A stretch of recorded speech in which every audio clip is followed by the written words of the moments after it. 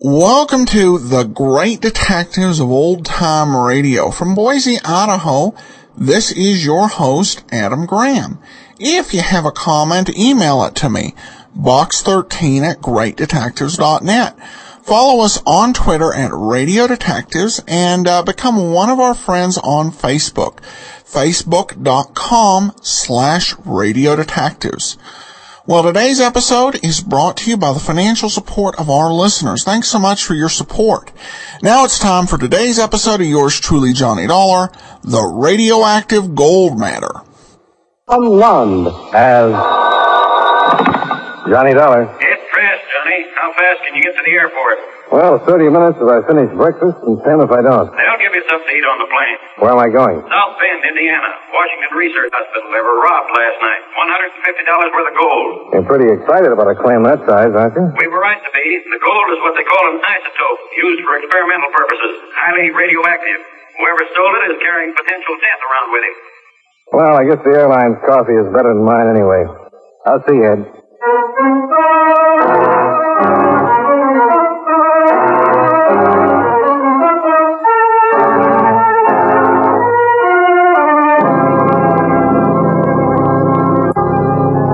Account submitted by Special Investigator Johnny Dollar to Home Office, Corinthian Insurance Company, Hartford, Connecticut. The following is an accounting of expenditures during my investigation of the radioactive gold matter. Expense account item 1, $52.75 airfare and incidentals between Hartford and South Bend, Indiana. Expense account item 2, $1.40 cab fare out to Washington Research Hospital. Dr. Reed McKinlock was in charge of the radiological laboratories. It's impossible to overemphasize the seriousness of the situation, Mr. Dollar. An extremely lethal weapon is loose somewhere in the city of South Bend. Would you mind explaining what this gold is, Doctor, and why it's so deadly? It's what we call a radioactive isotope. That means the gold's been exposed to an atomic pile, so it becomes highly radioactive. We use it here as well as a number of other isotopes in the treatment of certain malignancies. What form does it come in, Doctor? Both gold leaves and needles, depending on whether we wish to employ solutions or a direct injection. What kind of protection do you have against its radioactivity when it's not in use? Well, all our isotopes are kept in small glass vials, which are in turn kept in small lead boxes. When not in active use, we place them in a lead vault in our laboratory. Any of the other isotopes missing? No, just the gold, which means there couldn't have been much of a profit motive in the theft. Why not, Doctor? Well, we only had 4 ounces of the gold. There was a metal that wasn't worth too much. And as an isotope, others such as carbon-14 or iron-55 are 3 times as valuable. Any other reason for anyone taking it? Outside of its value in research and healing, it's practically worthless. I can't possibly conceive of any reason for its theft. All my staff have been with me for some time. According to Dr. McKinlock, the radioactive gold had been used on a patient the day before, placed in the vault that night, and a laboratory technician had discovered its loss at 8 o'clock in the morning. Apparently, whoever had taken it was unaware of its lethal properties. The protective lead box had been left behind.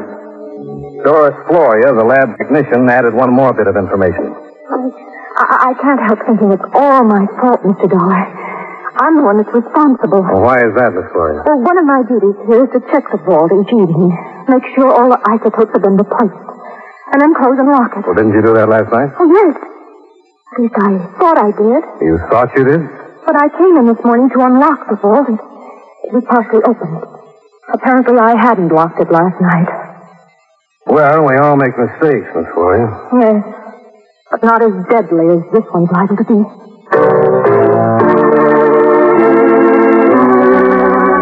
Expense account item 3, $1.75, cab fare to police headquarters. I figured I'd better find out what the police were doing about things. Lieutenant Ritos told me. They've been working pretty fast, Mr. Dollar, trying to cover every possible angle. Fairly intangible thing to work on, though. A few flecks of gold in a glass jar. Some pretty deadly flecks, Lieutenant. How are you doing with the hospital personnel? We're checking him out as fast as we can. Haven't come up with anything so far. What about Doris Gloria's story? Could have happened as she said. Failure to lock the vault door tightly. Either that or it was opened by somebody who knew the combination. No signs of forced entry. I suppose you've notified the newspapers and radio stations. Yeah, they're giving us complete coverage. Scare headlines, spot broadcast every 15 minutes. They have to do something to let this guy know he's committing suicide by carrying that stuff around. Yeah, that goes for anybody who might come in contact with him, too. I made a copy of the lieutenant's list of all the hospital employees who might have had access to the vault room during the hours of 8 p.m. to 8 a.m. Then I started back for the hospital to recheck. I was still looking for a cab outside of police headquarters when Lieutenant Doritos came hurrying out of the building and changed my plan of action. Better forget the cab and come along with me, Dollar. Why, what happened, Lieutenant? Just another flyer to all the pawn shops and precious metal buyers in town. A fellow by the name of Gus Parker called in, owns a Helpful Friend Collateral Company on South Water Street. He just caught one of the radio broadcasts, scared him to death. He bought that hot gold at 10:30 this morning.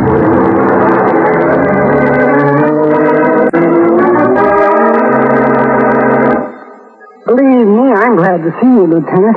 Oh, I'm plenty glad. Oh, you know? Yeah, it's the first time, Parker. No, that's no way to talk, Lieutenant. Just because we had a few, kind of disagreements, don't mean we're not friends. I'm doing you a good turn right now to prove it. Ain't I? Yeah, I'll believe it when I see the proof. Yeah, the proof, he says. Oh, that atom gold stuff. That's what I got for proof. Maybe my dead body will be proof enough for you. How do you know it's the radioactive gold, Mr. Parker? How do I know? Gold leaf, it said on the radio, didn't it? Gold leaf, a needle, maybe 4 ounces. That's what it said, didn't it? Yeah, that's what it said. Okay, so this guy comes into my place at 10:30 this morning. Well, gold leaf he's got 3 troy ounces of it, and he wants to sell. And so I buy. Like an idiot, I should have hit him over the head. I should have shot him. But like an idiot, I buy. Did he tell you where he got the gold? Oh, sure, yes, he told me. Oh, you think I buy gold without asking? Off from the windows in his place of business, he said. He had a big television store. He went broke, so he scraped the gold leaf off the window. And that's what he came to peddle to me. He said, oh, that lie. I should have shot him. Well, 3 troy ounces is a lot of leaf to scrape off the store window. Well, so maybe he had a big store, lots of windows. How do I know? Well, that's what he told me, so I bought this stuff. Where is it, Parker? It's back there. It's laying on the counter in the back there. Don't ask me to take you over there. I'm not getting within 15 feet of that stuff. 3 troy ounces of atom bomb. Yeah, I wouldn't get within 15 feet of that. Let's take a look, Lieutenant. That's gold leaf, all right. Clean, too. Wasn't scraped off any store window. How do you bring it in, Parker? A glass jar? But he had the stuff in an envelope. A paper envelope. I've got the whole store full of that atom stuff. Now my counter, the scale. Get it out of here. Get it. I've got a lead box in the car, Dollar. We'll put it in there and have a hospital check. Yeah, okay, Lieutenant. Mr. Parker, you got a record of the man who brought the gold in? Oh, yeah, sure I got it. It's right here in my book. Wait a minute. Let's see. Yes, here it is. John Jones, 625. Street. John Jones. So that's the name he gave me. What am I going to do? Call a man a liar to his face? Oh, say, listen, mister, that gold. What do you think it's that atom stuff? We'll find that out at the hospital. Yeah, will you let me know, won't you? It's got me plenty worried. Maybe I'm dying from it right now. Well, why don't you come with us and let them check you over? Now how am I going to do that? 3 hours to close them yet. Customers will come in here. After all, a fellow's got to make a buck, you know.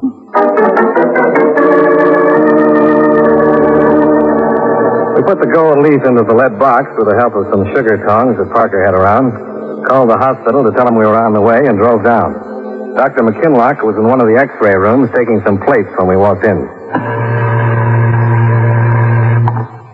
Okay, Steve, that'll do it. That's his whole picture, Doctor. That's it, Steve. You can put your shirt on now. Stop by tomorrow afternoon. We'll have the plates developed by then, and I'll let you know. You think everything be all right, Doctor? Nothing bad wrong. Everything be all right. It's my job to worry about these things, Steve, not yours.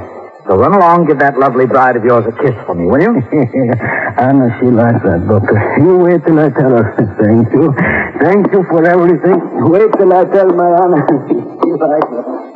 Oh, sorry I had to keep you waiting. I wanted to be sure to get those plates on Steve Rojak today.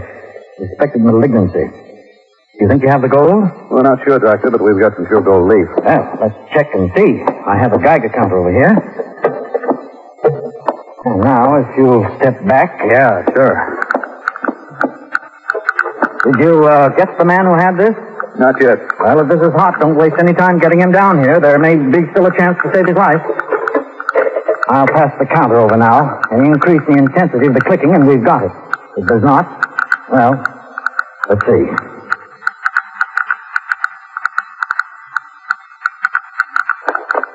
Well, there's your answer, gentlemen.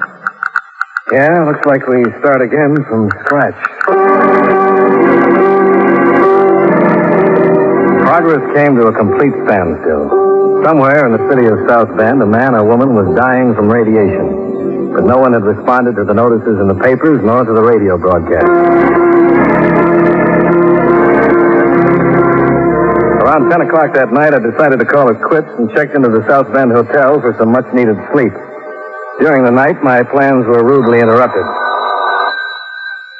Oh. Johnny Dollar. Oh, I'm sorry to disturb you, Mr. Dollar. This is Dr. McKinlock. Can you come down here to the hospital right away? At 2:30 in the morning? Why? It's our laboratory technician, Doris Floria. She came in here about 20 minutes ago in an advanced state of hysteria. She's under the impression she's dying from radiation poisoning.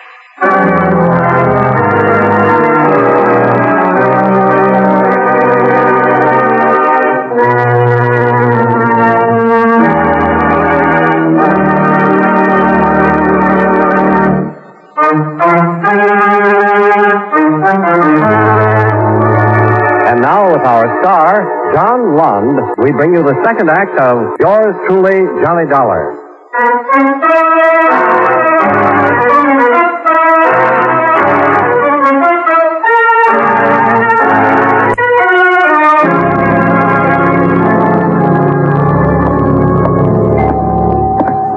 Well, you made good time getting here, Mr. Dollar. Well, I wasn't going to waste any after what you told me. Where's Miss Floria? She's one of the treatment rooms down this way. That's what happened, Doctor. She came into the hospital at 1:50 a.m., sobbing and moaning rather incoherently about dying from radiation poisoning. When the resident on duty called me, I came down, gave her a sedative, and put in the call to you. This is the room, Mr. Dollar. I've already made a preliminary examination. Did you find anything? There's slight but very definite radioactivity spread generally over her body. Of course, the counter shows any contamination almost immediately, but the secondary symptoms usually take 8 to 14 days to make their appearance. Okay, let's talk to her.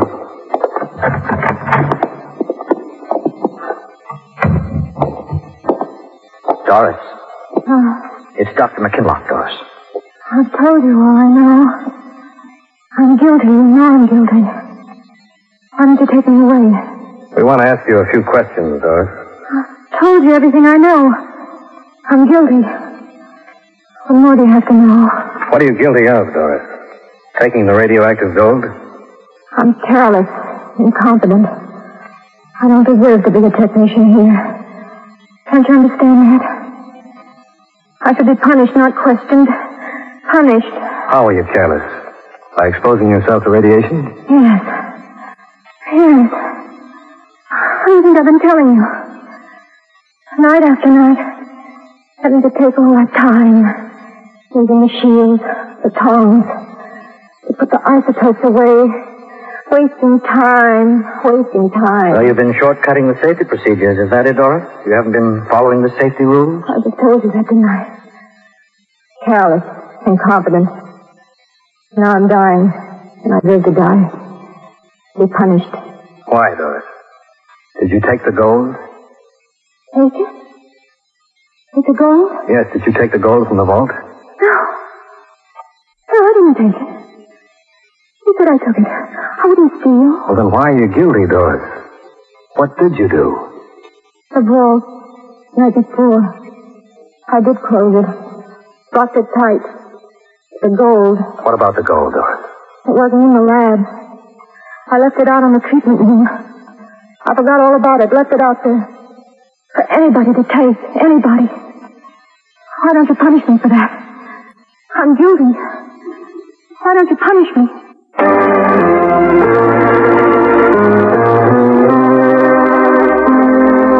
All Doris Floria had done was to throw our field of suspects wide open. Lieutenant Aritos was a far from happy man when I gave him that information the next morning. That's all I had to hear this morning, Dollar. That's all I needed to furnish the topping for the stuff. What stuff, Lieutenant? The result of those newspaper and radio stories. Every crank in town is beginning to call in. Look, this fella claims his neighbor's got the radioactive gold. How does he know? Because the guy's a spy. Right now he's building a hydrogen bomb with it out in the backyard. Yeah. Here's one from a gold buyer out on the west side. He bought the stuff last night. He's sure of it. Only it turns out he's got a half a dozen gold-plated tie pins on it. That's the way it's been going, Dollar. We've got to check them out one by one. Yeah, policemen often tell me that a policeman's lot is not a happy one. I know an insurance investigator wasn't doing too well either. No comment, Lieutenant. Mm-hmm. Where are you going from here, Dollar? Out to the hospital. No place else to go. Maybe we missed something down the line there. I doubt it. Yeah, so do I, but I got to do something. 24 hours have gone by. Yeah. Haven't gotten very far, have we? The squad car gave me a lift back to the hospital, and I went into the questioning routine again. I was studying the very negative results of my handiwork when Dr. Kinlock brought me some interesting information. Remember that patient I had in here yesterday, Mr. Dollar, Steve Rojak? Rojak? I was giving him some X-ray tests when you and Lieutenant Doritos came in. Oh, yeah, the one you thought might have a malignancy. Well, we gave him a tracer dose of phosphorus 32 last night, and I was going to check him with this portable counter.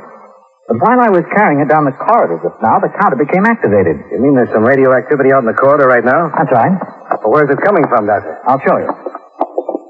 Now, this is a pretty sensitive instrument. Don't let the volume of its activity concern you. I'll take your word for it. This is the maximum intensity right here. There's nothing in the corridor to produce that. What's over there? A utility cabinet? That's right. Let's look inside. There it is.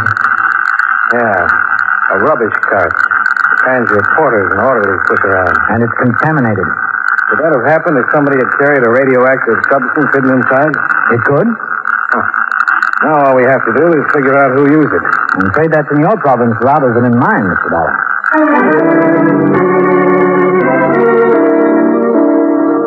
While Dr. McKinlock prepared the cart for decontamination, I put a call through to Lieutenant Doritos and gave him the names and addresses of all hospital porters and orderlies who'd been on duty the night of the robbery. He had them all down at the hospital within an hour. Then Dr. McKinlock began to test each man for radioactive contamination with the Geiger counter. Just step up here, Brandon. That's right. Now, stand still. That's all, Brandon. Thank you. Hartley, will you step up, please? That's right. Now, stand still. Okay, Hartley, thank you. Schweigert, you're next. That's right. Now, stand right there, please. Okay, Schweigert, thank you. Dobson, you're next.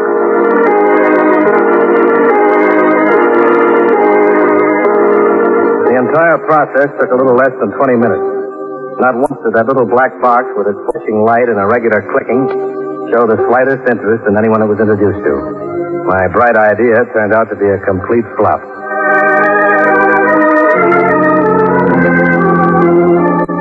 Expense account item 4, $12.35, cab fares and miscellaneous during the rest of that day.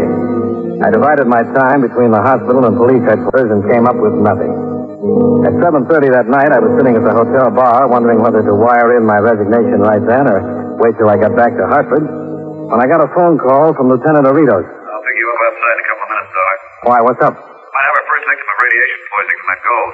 Yeah, who is it? An 8-year-old boy named Bobby Thatcher. His mother just brought him into the hospital. What makes you think he's been exposed? She found him playing with a little glass bottle with suspected gold at the bottom of it. The label said Washington Research Hospital.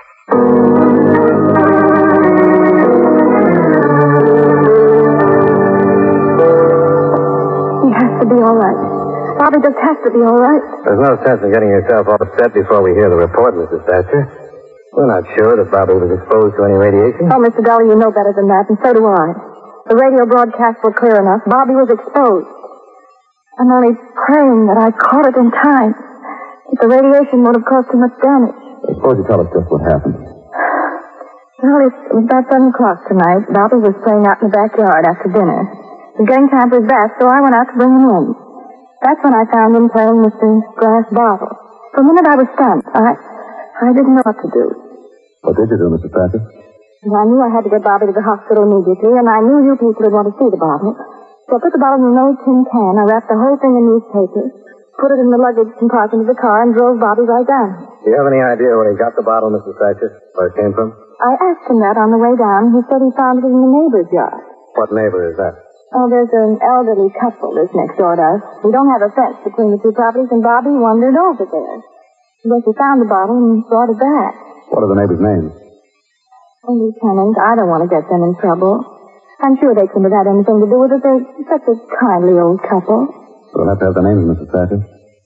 But to disturb them now about something they couldn't possibly be connected with, it'd be a terrible pity. Why's that? They're going to have a party tonight to celebrate their 50th wedding anniversary. The whole neighborhood's going to be there. It'd be terrible to disturb them on a night like this. You're pretty disturbed about your son, Mrs. Thatcher.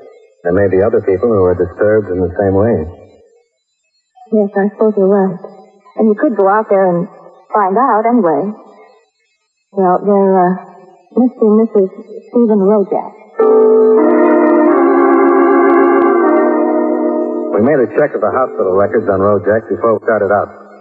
They showed that Stephen Rojak had been admitted for treatment at 7:45 p.m. the night of the robbery and had remained there undergoing tests for approximately 2.5 hours.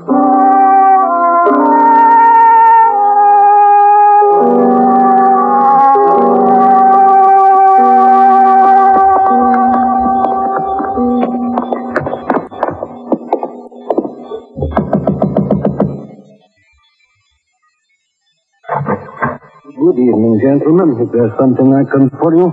You, Mr. Rojak? Yeah, that's right. Stephen Rojak. I'm Lieutenant Doritos. This is Mr. Dollar. We'd like to ask you a few questions. Lieutenant, you say? Then you are from police. That's right. This is too bad. Too bad. What is, Mr. Rojak? That this should happen tonight, that you should find out now when is our 50th wedding anniversary. Yeah, too bad. Shall we come in, Mr. Rojak? If you do not mind, Lieutenant, my wife, Anna, she does not know. Could we talk in back in my workshop? Yeah, that'll be all right. Thank you. Thank you.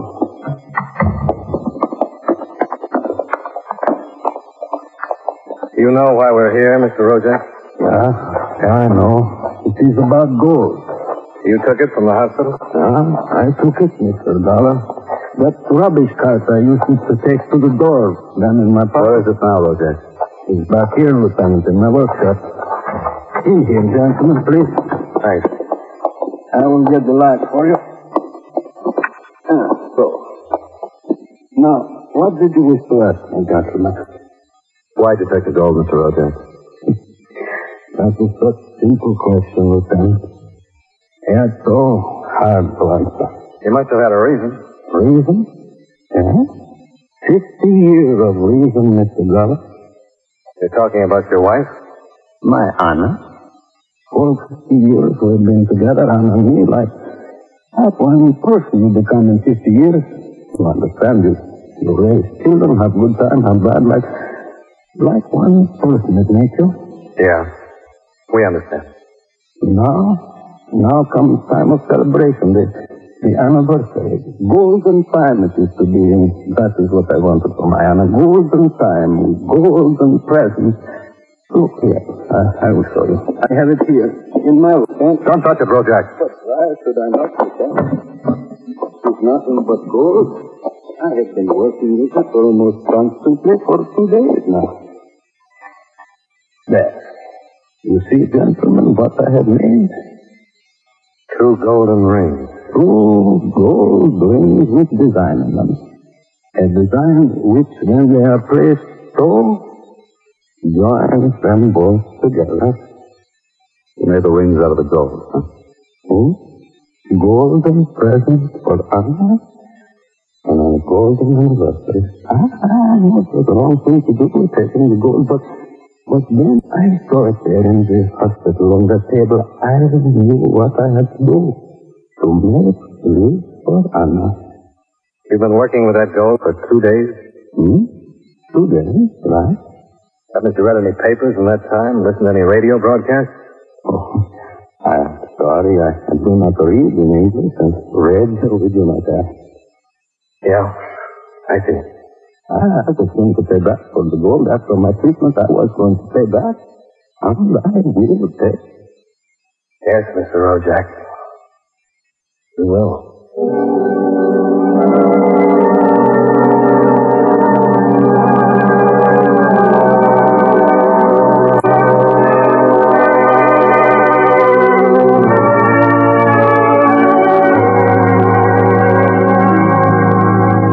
Expense account item 5, $42.20, hotel bill and miscellaneous. Expense account item 6, $55, airfare and incidentals back to Hartford. Expense account total, $165.45. Yours truly, Johnny Dollar.